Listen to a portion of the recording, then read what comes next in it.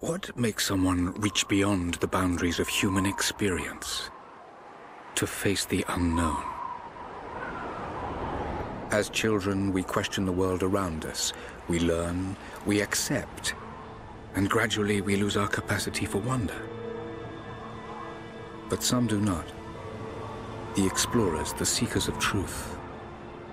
It is these pioneers who define the future of mankind.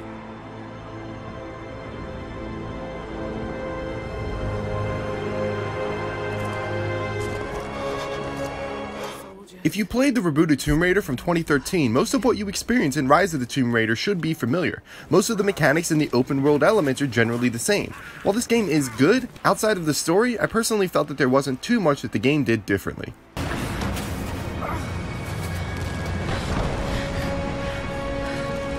Jonah! We made it! I see the ruins!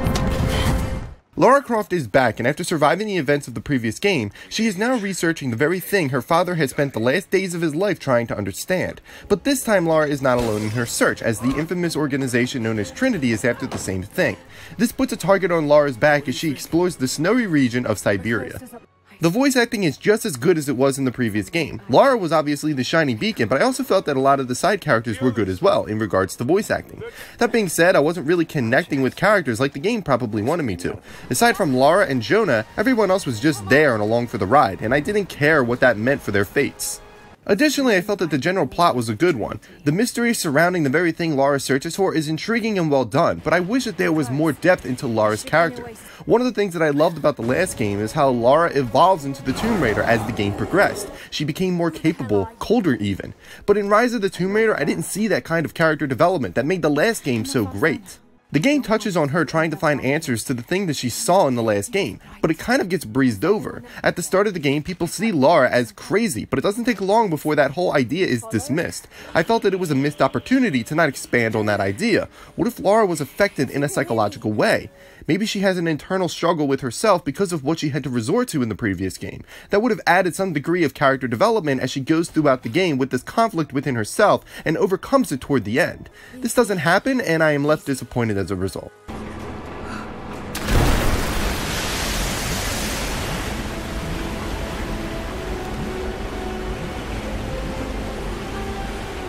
As I said before, if you played the previous Tomb Raider, most of what you see in Rise of the Tomb Raider will be familiar. In fact, the combat is pretty much exactly the same.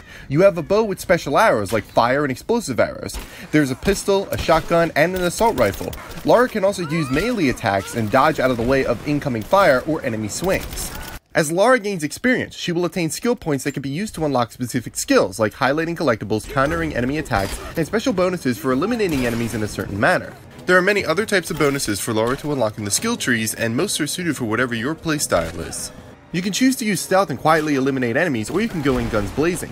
When hostiles are nearby, Lara automatically crouches down and will take cover behind almost anything you line her up with. This always gave the game a very fluent feeling, as her movements felt very natural and served as a good indicator of enemy whereabouts.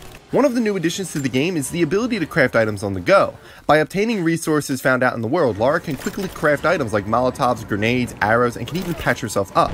I really like this addition, as the game had me observing my environment a lot more for tools when in a dangerous situation. Rise of the Tomb Raider also sees the return of Lara's survival instincts, a feature that allows her to see waypoint markers and highlight enemies and objects that can be interacted with. This proved very useful when hunting for collectibles or when planning your approach against hostile enemies. The open world elements are basically the same as well. There are many areas for Lara to explore, some larger than others. Like in the last game, Lara can revisit any location at any time to find collectibles, raid tombs, or complete other challenges that might have been missed. Challenges are one of the things that has seen a change. When in the previous game, each region told you what had to be done, in this game, you might have to discover the challenges for yourself, and some regions have multiple challenges instead of just one.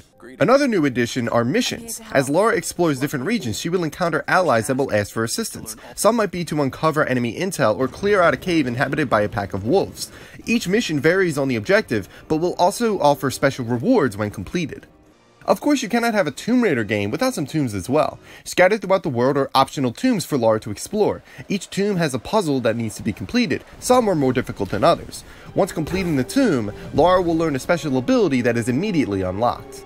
I also liked how certain areas can only be reached by certain abilities that Lara has. For example, Lara will need to use rope arrows in order to solve certain puzzles or to pull down obstacles blocking off pathways. She will need to use explosive or fire arrows to accomplish the same goal, and later on she will need to use climbing arrows to traverse through certain areas. This gave the game a sort of Metroidvania kind of feeling, as you'll find yourself retracing your steps because you will be able to access an area previously locked off to you.